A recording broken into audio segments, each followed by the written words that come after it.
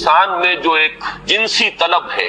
اس میں جو ایک شہوت کا مادہ ہے، انسان نے خامخواہ اپنے اوپر قدغنیں عائد کر لی ہیں، اور صحیح اور غلط اور جائز اور ناجائز، ماں بیٹی بیوی میں خامخواہ کی ایک تفریق ہے جو انسان نے قائم کر لی ہے۔ یہ تمام تفریقیں غیر فطری ہیں، اس لیے کہ حیوانات میں ہم یہ دیکھتے ہیں کہ ایسی کوئی تفریق موجود نہیں، بلکہ یہ کہ جیسے پیاس لگے کسی انسان کو تو پانی جہاں سے مل جائے، یا یہ کہ اگر بھوک لگتی ہے تو جہاں سے بھی اس کی انسان تشفی کر لے، اسی طور سے یہ بھی ایک انسان کی طبعی خواہش ہے، جیسے وہ ابھرے ویسے ہی اس کو جس طور سے بھی موقع ملے اس کی تسکین حاصل کر لینی چاہیے۔ یہ دو اصل میں فلسفیانہ نقطہ نظر، اور جیسا کہ میں نے عرض کیا خاص طور پر ادب کے میدان سے، لٹریچر کے میدان سے، خاص طور پر افسانوی انداز میں، ناولوں کے انداز میں، ڈراموں کے انداز میں یہ فکر پھیلایا گیا۔ یہ فکر ہے کہ جس نے مغرب کی تہذیب کا جو یہ سماجی عنصر ہے اسے واقعتاً یہ ہے کہ ایک سنڈاس بنا کر رکھ دیا ہے۔ جیسا کہ میں نے عرض کیا کہ ویسے تو پورے یورپ میں، اور اسی کا عکس ہے اس وقت پوری دنیا میں، اس تہذیب کے اثرات موجود ہیں، لیکن یہ کہ درجات ہیں۔ تو درجے کے اعتبار سے دیکھا جائے تو غالباً برطانیہ کا معاشرہ اور اس کے ساتھ یہ اسکینڈینیوین کنٹریز جو ہیں، یہ اس معاملے میں اس وقت پوری نوع انسانی کے امام شمار کیے جا سکتے ہیں۔ مجھے چونکہ امریکہ بھی جانے کا اتفاق ہوتا رہتا ہے تو میں نے یہ محسوس کیا کہ امریکی معاشرہ ابھی اس اعتبار سے بہت پیچھے ہے۔ یورپ کو اس میں پیش قدمی کا اور امامت کا شرف حاصل ہو چکا ہے، اور خاص طور پر یورپ میں بھی یہ تین ممالک جو ہیں یہ بہت آگے نکل گئے، چنانچہ شرم اور حیا نام کی کسی شے کا کوئی وجود وہاں نہیں، عصمت و عفت کا کوئی تصور موجود۔ معلوم ہوتا ہے کہ یہ چیزیں انسان کی لغت کی میں سے خارج ہو چکی ہیں، اس کے سوچ کے دائرے سے باہر ہو چکی ہیں، اور اسی کا سب سے بڑا مظہر یہ ہے کہ آپ کو معلوم ہوگا کہ برطانیہ میں بھی یہ قانون منظور ہو چکا ہے، اور اسکینڈینیوین کنٹریز میں بھی، کہ دو مردوں کی شادی بھی ہو سکتی ہے۔ دو مرد لیگلی، قانونی طور پر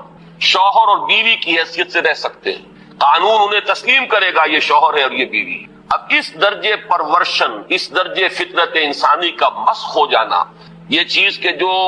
ناقابل قیاس ہے، لیکن یہ کہ بالفعل دنیا کے اندر یہ موجود ہے۔ اور پچھلے دنوں جب مجھے اتفاق ہوا جانے کا سویڈن، تو وہاں معلوم ہوا کہ ایک پاکستانی بھی ہے،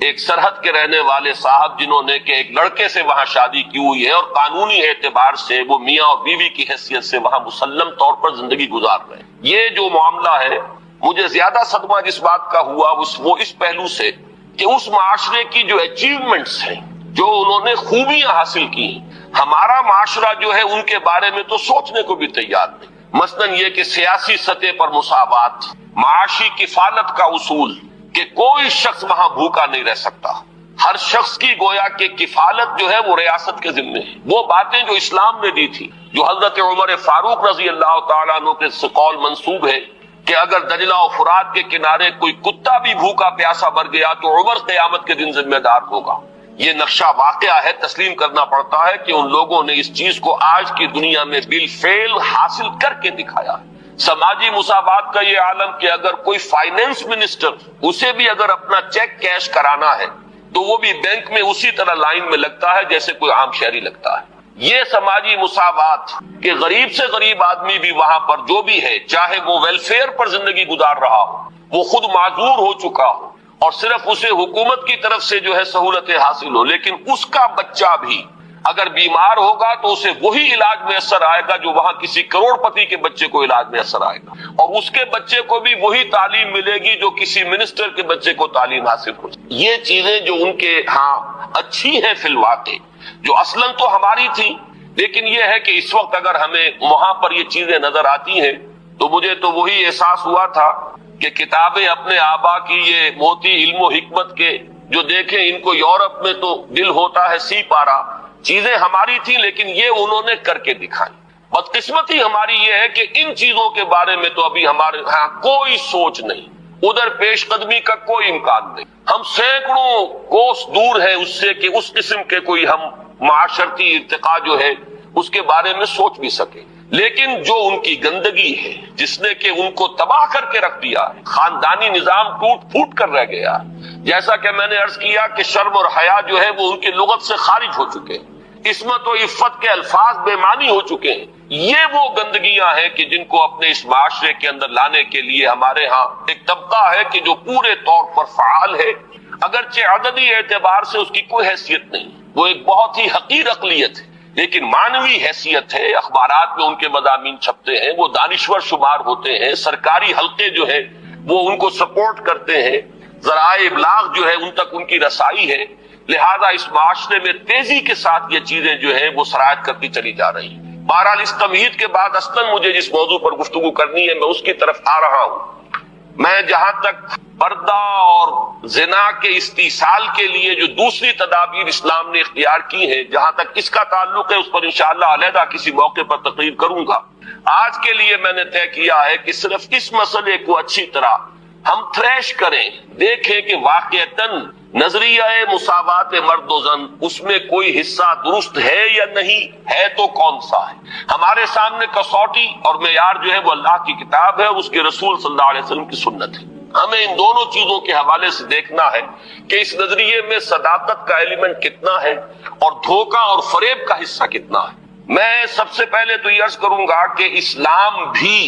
دو سطحوں پر عورتوں اور مردوں کے درمیان کامل مساوات کا قائل ہے، لیکن ایک تیسری سطح وہ ہے کہ جس پر وہ ایک فرق کرتا ہے، درجہ بندی کرتا ہے. ان دونوں کو علیحدہ علیحدہ سمجھ لینا چاہیے. پہلی سطح جس پر کہ اسلام عورت اور مرد کے درمیان کامل مساوات کا قائل ہے وہ شرف انسانیت ہے. مرد بھی انسان ہے، عورت بھی انسان ہے. جو شرف انسانیت ہے اس میں مرد اور عورت برابر کے شریک ہیں. اگر کسی کے ذہن میں یہ تصور ہے کہ عورت کا وجود ایک گھٹیا وجود ہے، عورت ایک کمتر وجود کی حامل ہے، تو یہ خالص غیر قرآنی اور غیر اسلامی نقطہ نظر. بدقسمتی سے بعض دوسرے معاشروں کے اثرات ہمارے ذہنوں میں بھی آ گئے. خود عیسائی معاشرے کا بنیادی تصور یہ تھا کہ عورت ہے ہی گناہ کی گٹھڑی، مجسم برائی. یہ ایو سے ایول کا لفظ بنا ہے. حضرت حوا کے لیے ان کے ہاں لفظ ایو ہے، اور ایو سے ایول ہے. ایول برائی کو کہتے ہیں، یعنی یہ کہ عورت کا تو سارا وجود ہی سرتاسر برائی ہے. یہ چیزیں کچھ مختلف ذرائع سے ہمارے ذہنوں میں بھی آئی ہیں. پھر یہ کہ یہ معاشرہ جو ہے ہمارا جو پس منظر ہے تاریخی ہندو معاشرہ، اس میں بھی عورت کے گھٹیا ہونے کا تصور موجود. تو سب سے پہلے یہ کہ ہمیں اپنے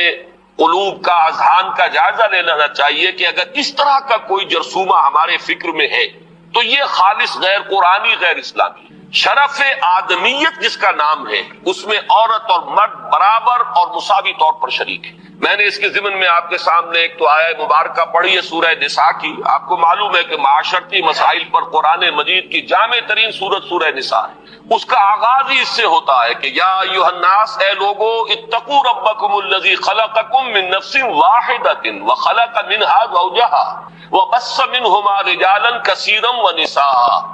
اے لوگو، اپنے اس رب کا تقوی اختیار کرو جس نے تمہیں ایک انسانی جان سے پیدا کیا، اسی سے اس کا جوڑا بنایا،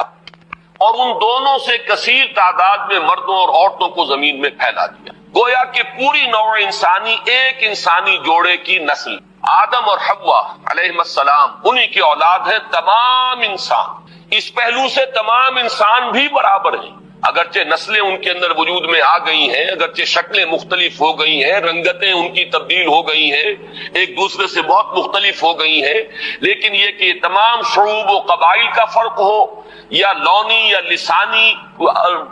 فرق ہو، ان سب کی کوئی حقیقت اس اعتبار سے نہیں ہے کہ کوئی ان میں اونچا ہو جائے کوئی نیچا ہو جائے. کلکم بنو آدم و آدم من تراب. تم سب کے سب جو ہو آدم کی نسل سے ہو اور آدم مٹی سے بنائے گئے تھے. لا فضل لعربی علی عجمی ولا لعجمی علی عربی ولا لاحمر علی اسود ولا لاسود علی احمر الا بالتقوی. یہ معاملہ جہاں عربی اور عجمی اور کالے اور گورے کے مابین ہے، وہیں مرد اور عورت کے مابین ایک ہی انسانی نسل. اور آج بھی آپ دیکھیے آدم و حوا سے آگے گزر کر آخر ایک ہی ماں باپ کی اولاد میں بیٹے بھی ہوتے ہیں، بیٹیاں بھی ہوتی ہیں، ایک ہی باپ کے نطفے سے بیٹا بھی ہے اور بیٹی بھی ہے، ایک ہی ماں کے بطن سے بیٹی کی بھی ولادت ہو رہی ہے اور بیٹے کی بھی ہو رہی ہے۔ تو کوئی فرق و امتیاز ان کے مابین اس پہلو سے کہ مرد مرد ہونے کے ناطے اعلیٰ ہو اور عورت عورت ہونے کے حوالے سے گھٹیا اور ادنا ہو، یہ خالص غیر اسلامی غیر قرآنی تصور ہے۔ شرف آدمیت، شرف انسانیت میں یہ بالکل مساوی ہے۔ دوسری چیز کہ جس میں اسلام پوری مساوات تسلیم کرتا ہے وہ ہے نیکی کا میدان، خیر کا میدان، اخلاق کا میدان، روحانیت کا میدان، اس میں بھی دونوں برابر ہیں، ان میں کوئی تفریق، کسی پہلو سے کوئی فرق نہیں۔ میں نے اس کے ضمن میں ایک طویل آیت قرآن مجید کی آپ کو پڑھ کر سنائی ہے، آپ خود غور کریں گے کہ یہ جو گردان کا سا انداز یہاں لیا گیا ہے سورہ احزاب کی آیت نمبر 36 میں، آیت نمبر 35 میں، اس سے آپ خود اندازہ کر سکتے ہیں کہ تصور کیا دینا مقصود۔ ان المسلمین والمسلمات، بے شک مسلمان مرد مسلمان عورتیں، والمومنین والمومنات، مومن مرد مومن عورتیں، والقانتین والقانتات، فرما بردار مرد فرما بردار عورتیں، والصادقین والصادقات، راست باز مرد راست باز عورتیں، والصابرین والصابرات، صبر کرنے والے مرد اور صبر کرنے والی عورتیں، والخاشعین والخاشعات، اللہ سے خشوع کا تعلق رکھنے والے، اللہ کے سامنے جھکنے والے مرد اور جھکنے والی عورتیں، والمتصدقین والمتصدقات، اور صدقہ دینے والے مرد اور صدقہ دینے والی عورتیں، والصائمین والصائمات، اور روزہ رکھنے والے مرد اور روزہ رکھنے والی عورتیں، والحافظین فروجہم والحافظات، اور اپنی شرمگاہوں کی حفاظت کرنے والے مرد اور اپنی شرمگاہوں کی حفاظت کرنے والی عورتیں، والذاکرین اللہ کثیرا والذاکرات، اور اللہ کا ذکر کثرت سے کرنے والے مرد اور اللہ کا ذکر کثرت سے کرنے والی عورتیں، اعد اللہ لہم مغفرۃ واجرا عظیما، اللہ نے ان سب کے لیے تیار کی ہوئی ہے، فراہم کی ہوئی ہے مغفرت بھی اور بہت بڑا اجر۔ یہ سارا جو ہے اس آیت کا ماحصل کیا ہے؟ یہ تمام وہ اوصاف ہیں کہ جو مطلوب ہیں، یہ محاسن ہیں، یہ بھلائیاں ہیں، یہ نیکیاں ہیں، یہ اعلیٰ اقدار ہیں جو اسلام چاہتا ہے کہ انسانوں کے اندر پروان چڑھیں، اور اس آیت کا انداز بتا رہا ہے کہ اس میں کوئی فرق و تفاوت نہیں، کسی کے لیے کوئی معاملہ نہیں ہے کہ عورتوں کے لیے یہاں جو ہے داخلہ ممنوع ہے یا عورتیں اس مقام تک رسائی حاصل نہیں کر سکتی، بلکہ یہ کہ نیکیوں میں، بھلائیوں میں، خیرات میں، حسنات میں، ان تمام کیفیات کے اندر عورتوں اور مردوں کے لیے کھلا میدان ہے، اپنی اپنی محنت، اپنی اپنی کوشش سے جو بھی چاہے اعلیٰ سے اعلیٰ مقام حاصل کر لے۔ اسی مضمون کے لیے میں نے ایک آیت آپ کو سورہ نساء کی بھی سنائی، للرجال نصیب مما اکتسبوا وللنساء نصیب مما اکتسبوا، مردوں کے لیے حصہ ہے ان میں سے جو انہوں نے کمایا، اور کمائی سے یہاں مراد ہے اعمال کی کمائی۔ کسب کا لفظ قرآن مجید میں شاذ کہیں آیا ہے معاشی کمائی کے لیے، آیا ضرور ہے لیکن بہت شاذ۔ اصل میں یہ لفظ جہاں بھی آتا ہے وہ اصل کمائی جو ہے انسان کی اس دنیا میں وہ نیکی یا بدی ہے۔ یہ جو معاش کی محنت ہے اور آپ اپنے لیے کوئی رزق فراہم کرتے ہیں، کوئی اپنی زندگی کے سلسلے کو برقرار رکھنے کے لیے ضروریات زندگی فراہم کرتے ہیں، یہ چیز تو ایک دنیا کی زندگی کی برتنے کی چیز ہے، یہ کوئی پائیدار شے نہیں ہے۔ اصل میں جو کچھ ہم کماتے ہیں وہ یا نیکی ہے یا بدی ہے، یا خیر ہے یا شر ہے۔ ہم نے اپنی توانائیوں کا جو اصل حاصل جو ہے اس دنیا میں حاصل کیا وہ یا خیر ہے اور یا شر ہے۔ تو اصل میں قرآن مجید میں کسب کا لفظ آتا ہے اعمال کے لیے کہ کیا کمایا۔ اس کو بھی بعض لوگوں نے اس دور میں، بعض دانشوروں نے غلط طریقے پر انٹرپریٹ کیا ہے۔ اس کو سمجھ لینا چاہیے کہ یہاں اس آیہ مبارکہ میں لفظ کسب آ رہا ہے انسانی اعمال کے لیے۔ للرجال نصیب مما اکتسبوا، جو کمائی مرد کریں گے انہیں اس میں سے حصہ مل جائے گا، وللنساء نصیب مما اکتسبن، اور جو کمائی عورتیں کریں گی وہ اس میں سے حصہ پائیں گی۔ یہ نہیں ہے کہ مرد کی کمائی میں سے عورت کو حصہ مل جائے اور عورت کی کمائی میں سے مرد کو حصہ مل جائے۔ شوہر کی اگر نیکی ہے تو اس کا فائدہ شوہر ہی کو پہنچے گا، بیوی کو نہیں پہنچ سکے گا، اور بیوی کی اگر نیکی ہے تو اس کا فائدہ بیوی ہی کو پہنچے گا، شوہر کو نہیں پہنچے گا۔ وَاسْأَلُوا اللَّهَ مِنْ فَضْلِهِ، اور یہ میدان کھلے ہوئے ہیں، اللہ سے سوال کرو، درخواست کرو، اس کے فضل میں سے مانگو جتنا مانگ سکتے ہو۔ یہ مانگنے کے لیے بھی ایک استعداد مطلوب ہے۔ انسان اللہ تعالیٰ کے ساتھ اپنا قبلہ درست کرے گا اللہ کی طرف، اللہ کے ساتھ اپنے اندر اخلاص پیدا کرے گا، تبھی مانگنے کی بھی اس کے اندر صلاحیت پیدا ہوگی، تبھی وہ واقعی اطمینان قلب کے ساتھ اللہ کے سامنے دست سوال دراز کر سکے گا۔ ان اللہ کان بکل شیء علیما، یقیناً اللہ تعالی ہر چیز کا علم رکھتا ہے، وہ ہر ایک کو اس کی استعداد کے مطابق، اس کی محنت کے مطابق، اس کی کوشش کے مطابق عطا فرماتا ہے۔ اس میں ایک آیت اور چاہتا ہوں کہ آپ حضرات کے سامنے رکھوں، اور اس کے حوالے سے ذرا میں ہماری تاریخ کا جو صدر اول ہے، صحابہ کرام کا دور، اور اس میں سے بھی بالکل سابقون الاولون کا جو دور ہے، اس میں سے چند حوالے دینا چاہتا ہوں کہ کس طرح ہمارے سامنے ان معاملات میں عورت اور مرد بالکل، میں یہاں جان بوجھ کر لفظ استعمال کر رہا ہوں شانہ بشانہ، کہ جو آج غلط طریقے پر استعمال ہو رہا ہے، مختلف میدانوں میں عورت اور مرد کو شانہ بشانہ چلانے کی کوشش ہو رہی ہے، اصل میں یہ میدان ہے کہ جہاں اب مرد اور عورت شانہ بشانہ چلنے چاہیے۔ وہ سورہ آل عمران کے آخری رکوع کی آیت ہے، آپ میں سے اکثر حضرات کے ذہن میں ہوگا کہ اس مقام پر اللہ تعالیٰ نے اپنے کچھ نیک بندوں کی دعا نقل کی ہے، بڑی طویل دعا ہے، اور اس دعا کے بعد فوراً جو آیت آتی ہے اس میں اس دعا کی قبولیت کا اعلان ہے۔ فاستجاب لهم ربهم انی لا اضیع عمل عامل منکم من ذکر او انثی بعضکم من بعض، تو اللہ نے ان کی دعا قبول فرمائی اور یہ ارشاد فرمایا کہ میں تو تم میں سے کسی بھی عمل کرنے والے کے کسی بھی عمل کو ضائع کرنے والا نہیں ہوں، خواہ وہ مرد ہو خواہ عورت، بعضکم من بعض، تم سب ایک دوسرے ہی سے ہو، ایک ہی باپ کی اولاد میں بیٹے اور بیٹیاں، اور ایک ہی ماں کے بطن سے بیٹے اور بیٹیاں۔ معلوم ہوا کہ تمہیں اگرچہ ہم نے مذکر اور مؤنث بنایا ہے، مرد اور عورت کی شکل دی ہے، لیکن یہ کہ تم ہو ایک ہی انسان، انسانیت کی جو نسل ہے اسی سے تعلق رکھنے والے۔ فالذین ہاجروا، اب یہاں اللہ تعالیٰ نے کچھ چوٹی کے اعمال کا ذکر کیا ہے۔ ایک اعمال تو وہ تھے جو سورہ احزاب کی آیت میں ہمارے سامنے آ چکے ہیں، یہ زیادہ تر انفرادی نوعیت کے ہیں، انسان کی نیکی ہے، راست بازی ہے، اللہ کا ذکر ہے، اپنی عصمت و عفت کی حفاظت ہے، صدقہ ہے، خیرات ہے، اور نماز پڑھنا ہے، یہ تمام چیزیں جو ہیں یہ انسان کی انفرادی نیکی کے اوصاف ہیں۔ لیکن یہاں جن چیزوں کا ذکر ہے وہ ہے در حقیقت اللہ کی راہ میں سرفروشی، جانفشانی، اللہ کی راہ میں تکلیفیں اٹھانا۔ فالذین ہاجروا واخرجوا من دیارہم واوذوا فی سبیلی وقاتلوا وقتلوا، تو جن لوگوں نے اللہ کی راہ میں ہجرت کی، جو اپنے گھروں سے نکال دیے گئے، جنہیں میری راہ میں ایذائیں پہنچائی گئیں، جنہوں نے اللہ کی راہ میں جنگ کی اور جو قتل ہوئے، فرمایا کہ جن لوگوں کے اعمال اتنے بلند ہیں، جنہوں نے یہ کچھ بلندیاں حاصل کی ہیں اپنے اعمال میں، لَأُكَفِّرَنَّ عَنْهُمْ سَيِّئَاتِهِمْ، ان کے بارے میں تو کسی شک و شبے کی گنجائش ہی نہیں ہے، یعنی میں تو کسی کے چھوٹے سے چھوٹے عمل کو ضائع کرنے والا نہیں، ہاں وہ مرد ہو خواہ عورت، تم سب ایک دوسرے ہی میں سے ہو۔ باقی جن کے اعمال اتنے بلند ہوں، اتنے اونچے ہوں، جنہوں نے یہ کچھ سرفروشی اور جانفشانی کی ہو ہمارے دین کی راہ میں،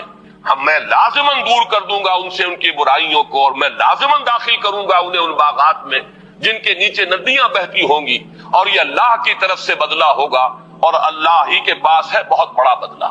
اب اس آیت کو سامنے رکھیے، اور میں یہ چاہتا ہوں کہ مردوں اور عورتوں کے درمیان اس پہلو سے جو مساوات سامنے آتی ہے تاریخ اسلامی کے صدر اول میں خاص طور پر، اس کی چند جو مثالیں ہیں وہ آپ کے سامنے آ جائیں۔ دیکھیے، آپ کو معلوم ہے کہ اگرچہ نبوت کا درجہ بہت بلند ہے، بہت اعلیٰ ہے، نبوت و رسالت ایک بہت بڑا منصب ہے، اور یہ بالکلیہ وہبی شے ہے، اکتسابی نہیں ہے۔ اب تو اس کا دروازہ مستقلاً بند ہو چکا محمد الرسول اللہ صلی اللہ علیہ وسلم کے بعد، لیکن یہ کہ آپ سے پہلے بھی اور آپ کے ضمن میں بھی یہ وہبی شے تھی، اکتسابی نہیں تھی۔ کوئی اپنی محنت سے نبوت حاصل نہیں کر سکتا تھا، بلکہ اللہ تعالیٰ جس کو چاہتا تھا منتخب فرماتا تھا۔ اب ان سے کمتر درجے جو ہیں ان میں صدیقیت ہے، شہادت ہے، جیسے کہ سورہ نساء کی آیت میں آیا ہے، اولئک مع الذین انعم اللہ علیہم من النبیین والصدیقین والشہداء والصالحین۔ اب میں آپ سے عرض کروں گا کہ جہاں تک مرتبہ صدیقیت کا تعلق ہے، اگرچہ اہل سنت کا یہ اجماعی عقیدہ ہے کہ حضرت ابوبکر صدیق صدیق اکبر سب سے بڑے صدیق، بلکہ یہ کہ تمام انسانوں میں انبیاء کے بعد افضل ترین شخصیت حضرت ابوبکر، لیکن واقعہ یہ ہے کہ جس مرتبہ و مقام پر مردوں میں حضرت ابو بکر صدیق ہے، صدیق اکبر، بالکل اسی مقام پر خواتین میں حضرت خدیجہ الکبریٰ ہے رضی اللہ تعالی عنہا، جو صدیقۃ الکبریٰ ہے۔ ان کے نام کے ساتھ یہ لفظ کبریٰ جو آیا ہے، اکثر لوگ جو ہے اس کو سمجھتے نہیں ہیں۔ کبریٰ اکبر کا مؤنث ہے، یہ صدیق اکبر ہے، وہ صدیقۃ الکبریٰ ہے کہ صدیقہ جو ہے، آپ کو معلوم ہے یہ لفظ قرآن میں حضرت مریم کے لیے آیا، امہ صدیقہ، حضرت عیسیٰ کی والدہ کے بارے میں آیا، وہ صدیقہ تھی۔ اسی طریقے سے حضرت آسیہ کا ذکر آیا، فرعون کی بیوی کا۔ لیکن یہ ہے کہ اس امت میں جس مرتبہ و مقام پر مردوں میں حضرت ابو بکر صدیق ہے، بالکل اسی مرتبہ و مقام پر خواتین میں حضرت خدیجہ الکبریٰ ہے رضی اللہ تعالیٰ عنہ۔ بلکہ واقعہ یہ ہے کہ اگر آپ مجھ سے پوچھیں میرے دل کی بات، فاش گویم آنچ در دل مضمر است، تو مجھے تو واقعتاً یہ طے کرنا مشکل ہو جاتا ہے کہ ان دونوں میں سے افضلیت کس کی ہے۔ اس لیے کہ جہاں تک اولیت ایمان کا تعلق ہے، اس میں بھی یہ بات بالکل سمجھ میں آتی ہے کہ حضرت خدیجہ کا ایمان مقدم ہونا چاہیے حضرت ابو بکر صدیق سے، اس لیے کہ پہلی وحی کے بعد آ کر سب سے پہلی جو گفتگو کی ہے حضور نے، ظاہر بات ہے کہ وہ اپنی زوجہ محترمہ سے کی۔ جس طریقے سے انہوں نے تصدیق کی ہے اور جس طریقے سے حضور کو تسلی دی ہے اور دلجوئی ان کی فرمائی ہے کہ آپ گھبرائیں نہیں، جب آپ نے فرمایا کہ انی خشیت علی نفسی، مجھے تو اپنی جان کا اندیشہ ہو گیا، تو کس درجے بلند دلیل کے ساتھ آپ کو تسلی دی ہے۔ اللہ آپ کو ضائع نہیں کرے گا، آپ تو غریبوں کی سرپرستی فرمانے والے، بیواؤں کی مدد کرنے والے، اللہ تعالیٰ آپ کو ضائع نہیں کرے گا۔ پھر یہ کہ حضرت صدیق اکبر کے فضائل کا سب سے بڑا باب جو شمار ہوتا ہے وہ یہ ہے کہ انہوں نے حضور صلی اللہ علیہ وسلم کے مشن پر اپنی پوری دولت لگا دی۔ دو مواقع ایسے آئے ان کی زندگی میں، ایک مکی دور میں، ایک مدنی دور میں۔ مکی دور میں جبکہ ہجرت کے لیے تشریف لے جا رہے ہیں تو ایک پیسہ بھی گھر والوں کے لیے نہیں چھوڑا ہے۔ اول تو یہ کہ وہ ساری دولت ان کی سکڑ چکی تھی، اس وقت تک صرف ہو چکی تھی، کتنے ہی غلام اور کتنی ہی کنیزیں انہوں نے خریدی اپنے پیسے سے اور انہیں آزاد کیا جو ایمان لے آئے تھے اور جنہیں ستایا جا رہا تھا۔ پھر یہ کہ کاروبار میں سے تو سارا وقت اب نکل چکا تھا دعوت اور تبلیغ دین کے لیے، جو کچھ رہ گیا تھا وہ بھی لے کر حضور کے ساتھ صلی اللہ علیہ وسلم وہ تشریف لے گئے۔ پھر یہ کہ آپ کو معلوم ہے غزوہ تبوک کے موقع پر ہوا ہے کہ جو کچھ گھر میں تھا جھاڑو پھیر کر لا کر حضور کی خدمت میں پیش کر دیا۔ لیکن آپ غور کیجئے کہ بعین ہی یہی مقام حضرت خدیجہ الکبریٰ کا ہے رضی اللہ تعالی عنہا، وہ متمول ترین خاتون جن سے نکاح کے بڑے بڑے سرداران قریش جو ہے وہ متمنی تھے، انہوں نے اپنی پوری دولت جس طرح قدموں میں ڈالی ہے محمد الرسول اللہ صلی اللہ علیہ وسلم کی، اور جس طرح ان کے ڈسپوزل پر رکھ دی ہے کہ جس طرح چاہیں صرف کرے، تو اس معاملے میں بھی واقعہ یہ ہے کہ یہ کہنا مشکل ہے کہ کس کا درجہ جو ہے وہ افضل ہے، کون اعلیٰ ہے، کون اس میں پیش قدمی لے گیا ہے۔ بس جیسے ایمان کے بارے میں ہم نے عافیت تلاش کی ہے کہ ہم اس طریقے سے کہہ کر اور اس میں آگے فیصلہ کرنے سے اپنے آپ کو بچا لیتے ہیں کہ عورتوں میں سب سے پہلے ایمان لانے والی حضرت خدیجہ، اور آزاد مردوں میں سب سے پہلے ایمان لانے والے حضرت ابو بکر، اور بچوں میں سب سے پہلے ایمان لانے والے حضرت علی، اور غلاموں کے طبقے میں سب سے پہلے ایمان لانے والے حضرت زید بن حارثہ۔ اسی طریقے سے یوں سمجھیے کہ ان دونوں میں اگر کوئی افضلیت کا فیصلہ ہم نہ کرنا چاہیں تو کہہ سکتے ہیں کہ مردوں میں صدیق اکبر حضرت ابو بکر ہے رضی اللہ تعالی عنہ، اور خواتین میں صدیقۃ الکبریٰ حضرت خدیجہ ہے رضی اللہ تعالی عنہ۔ اس سے آگے چلیے، ہجرت کا معاملہ ہے۔ اب آپ دیکھیے کہ حضرت عثمان ہجرت فرما رہے ہیں حبشہ کی طرف، ان کی زوجہ محترمہ حضرت رقیہ ان کے ساتھ، اور حضور نے فرمایا کہ یہ پہلا جوڑا ہے کہ جو اللہ کی راہ میں ہجرت کر رہا ہے، حضرت لوط اور ان کی اہلیہ کے بعد۔ وہ بھی جب اللہ کی راہ میں ہجرت کے لیے نکلے تھے تو اپنی وہ ایک انسانی جوڑا نکلا تھا، اور آج یہ عثمان اور ان کی اہلیہ حضور کے لخت جگر حضرت رقیہ، یہ دونوں میاں بیوی بھی اللہ کی راہ میں ہجرت کر رہے ہیں۔ پھر اسی موقع پر ہمیں معلوم ہوتا ہے کہ حضرت ام حبیبہ رضی اللہ تعالی عنہ انہوں نے بھی ہجرت کی، ان کا شوہر بھی مسلمان تھا، دونوں نے ہجرت کی، لیکن یہ کہ شوہر پر ایسی افتاد پڑی ہے حبشہ میں جانے کے بعد کہ وہ مرتد ہو گیا، عیسائی ہو گیا، شراب کا بہت زیادہ عادی تھا اور اسی کی وجہ سے اپنی عقل اور ہوش و خرد کو کھو گیا، اور چونکہ پھر حضرت ام حبیبہ وہاں بغیر شوہر کے رہ گئی، یہی وجہ ہے کہ حضور نے پھر پیغام بھجوایا ہے ان کی دلجوئی کے لیے، اس لیے کہ صاحبزادی کس کی ہے؟ ابو سفیان کی، وہ جو کہ قریش کے سردار ہیں۔ تو حضرت ام حبیبہ کا نکاح پھر حضرت نجاشی نے پڑھایا ہے اور اپنے پاس سے مہر ادا کیا ہے، اور یہ حضور صلی اللہ علیہ وسلم خود مدینے میں تھے، نکاح یہاں ہوا ہے، بعد میں وہ پہنچی ہے مدینہ منورہ۔ تو میں اس وقت صرف یہ بتانا چاہ رہا ہوں کہ اللہ کی راہ میں ہجرت میں بھی مرد اور عورت ہمیں شانہ بشانہ نظر آ رہے ہیں، اس میں بھی ان کی اچیومنٹس وہی ہے کہ جو مردوں کی۔ اوذو فی سبیلی کا معاملہ لیجئے تو حضرت سمیہ اور حضرت یاسر رضی اللہ تعالی عنہما شانہ بشانہ اس معاملے میں آپ کو نظر آئیں گے کہ جتنی ایذائیں ابو جہل نے پہنچائی ہیں حضرت یاسر کو، اتنی ہی ایذائیں جو ہے برداشت کی حضرت سمیہ نے۔ جس وحشیانہ اور ظالمانہ انداز میں شہید کیے گئے ہیں حضرت یاسر، اسی طرح وحشیانہ اور بربریت کے انداز میں حضرت سمیہ نے جام شہادت نوش کیا ہے۔ اس معاملے کے اندر بھی وہ مساوات ہمیں نظر آ رہی۔ تو معلوم یہ ہوا کہ یہ تمام مقامات بلند جہاں شرف انسانیت میں مرد اور عورت برابر ہیں، اور اس میں وہ اوصاف کے جو سورہ احزاب کی آیت نمبر 35 میں ہمارے سامنے آ چکے، جس آیت کا جو انداز بتا رہا ہے کہ اس میں کوئی فرق و تفاوت نہیں، بلکہ ان تمام اوصاف میں کھلا میدان ہے۔ عورت اپنی محنت کے مطابق آگے بڑھے، مرد اپنی محنت کے مطابق جو مرتبہ اور مقام حاصل کرنا چاہے کر لے۔ اسی طریقے سے دین کی خدمت میں، دین کے لیے سرفروشی، جانفشانی، ہجرت ہے، اور اللہ کی راہ میں ایذاؤں کو برداشت کرنا ہے۔ جس طرح حضرت بلال اور حضرت ابو فقیہ کو مارا گیا ہے اور پیٹا گیا، اسی طرح حضرت زنیرہ اور بعض دوسری باندیاں ہیں جو ایمان لے آئی حضور صلی اللہ علیہ وسلم پر، انہیں بھی مارا اور پیٹا گیا ہے۔ جس طریقے سے حضرت ابو بکر نے حضرت بلال، حضرت ابو فقیہ کو خرید کر آزاد کیا، اسی طرح متعدد باندیاں ہیں جو ایمان لے آئی تھی اور ان کو انہوں نے اپنے پیسے سے خریدا اور آزاد کیا۔ تو یہ وہ میدان ہے کہ جس میں کامل مساوات ہے، یعنی شرف انسانیت میں کامل مساوات۔ دینی مقامات، روحانی مقامات بعد میں بھی ہمیں نظر آتا ہے۔ حضرت جنید بغدادی ہے رضی اللہ تعالیٰ عنہ، تو رابعہ بصریہ بھی ہے رحمت اللہ علیہما، تو ان میں معلوم ہوتا ہے کہ یہاں بھی کوئی فرق اور امتیاز ہمیں نظر نہیں آتا۔ صحابہ کرام میں فقہائے صحابہ کے درجے میں حضرت عمر، حضرت علی نظر آ رہے ہیں، تو فقہائے صحابہ میں حضرت عائشہ صدیقہ رضی اللہ تعالیٰ عنہ کا مقام بہت بلند ہے۔ تو معلوم یہ ہوا کہ ان تمام چیزوں میں اسلام مساوات کا قائل ہے، شرف انسانیت میں برابری، اور دین کے معاملات میں، روحانی معاملات میں، اخلاقی معاملات میں اس میں بھی برابری ہے، مساوات ہے، اس میں بھی کہیں کوئی قدغن نہیں ہے کسی عورت کے آگے کہ اس سے آگے وہ نہیں جا سکتی۔ البتہ تیسری سطح جو ہے جس کے بارے میں مجھے عرض کرنا ہے، اسے اگر میں کہوں کہ وہ سطح ہے انتظامی اور قانونی، تو یہاں یقیناً اسلام نے ایک فرق و تفاوت پیدا کیا ہے، لیکن اس فرق و تفاوت کے اندر بھی ایسا نہیں ہے کہ ایک طبقے کو بالکل گرا دیا گیا ہو اور کسی بھی پہلو سے اس کی کوئی کمپنسیشن نہ ہو، بلکہ یہاں اگرچہ درجہ بندی ہے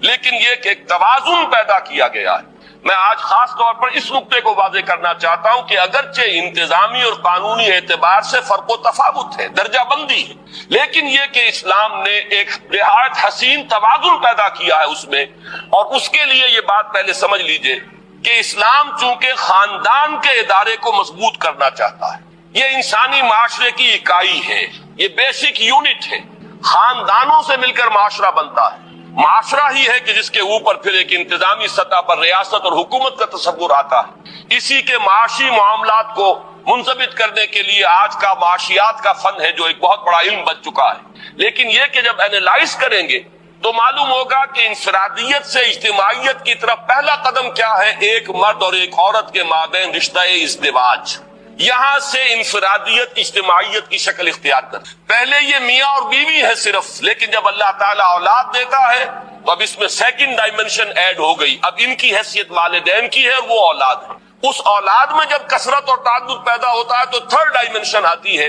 اور وہ بہنوں بھائیوں کا آپس میں رشتہ اخوت جو ہے وہ تیسری ڈائمنشن ہے۔ جیسے ہمارا یہ ہال ہے، اس کی لمبائی، چوڑائی، اونچائی، یہ 3 ڈائمینشنل کانسیپٹ ہمارا سپیس کا ہے۔ اسی طرح خاندان کا ایک ادارہ جو ہے اس کی یہ 3 ڈائمینشنز، ایک مرد اور ایک عورت، رشتہ ازدواج، یہاں سے بات شروع۔ اولاد ہوئی تو ایک نئی جو اس میں عرص جو ہے وہ شامل ہو گیا، اور وہ کیا ہے، وہ والدین اور اولاد کا رشتہ ہے۔ تیسرا اولاد کے مابین اب رشتہ اخوت ہے، بہنوں اور بھائیوں اور بھائیوں کے درمیان، یہ ہے خاندان کا ادارہ۔ اس خاندان کے ادارے کے استحکام کا دار و مدار اس پر ہے کہ سربراہ ایک ہو، دو برابر کے اختیار رکھنے والے سربراہ کسی ادارے کے نہیں ہو سکتے۔ دنیا میں کسی بھی سطح پر آپ غور کیجئے، کوئی شخص بقائمی ہوش و حواس یہ نہیں کہہ سکتا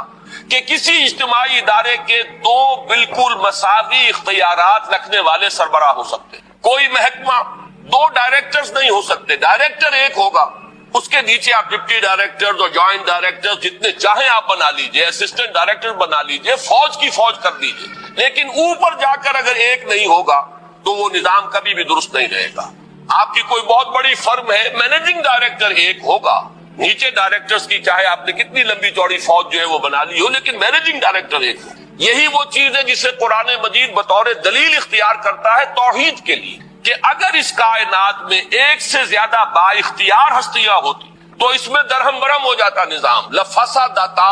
تو فساد پیدا ہو جاتا، کسی کی مرضی کچھ ہوتی، کسی کی مرضی کچھ ہوتی، کوئی کسی حکمت پر عمل کرنا چاہتا، کسی کے سامنے کوئی اور مصلحت ہوتی۔ یہ حکمتوں اور مصلحتوں کا ٹکراؤ اور اختلاف رائے جو ہے اس کائنات کے اندر جو نظم نظر آ رہا ہے، اس میں جو محسوس ہوتا ہے کہیں کوئی رکھنا نہیں ہے، تو یہ در حقیقت دلیل ہے اس کی کہ ایک ہی اختیار، ایک ہی ارادہ، ایک ہی فیصلہ جو ہے اس کائنات کے اندر کار فرما ہے۔ یہ توحید کی دلیل ہے کہ لو کان فیہما آلہۃ الا اللہ لفسدتا، اگر ان میں آسمانوں اور زمین میں اللہ کے سوا کوئی اور بھی الہ ہوتے تو ان میں فساد رونما ہو جاتا۔ بالکل وہی توحید ہے، در حقیقت اسی کا ایک عکس ہے جو اسلام خاندان کے ادارے میں چاہتا ہے کہ اس کا سربراہ ایک ہوگا اور وہ سربراہ مرد ہو۔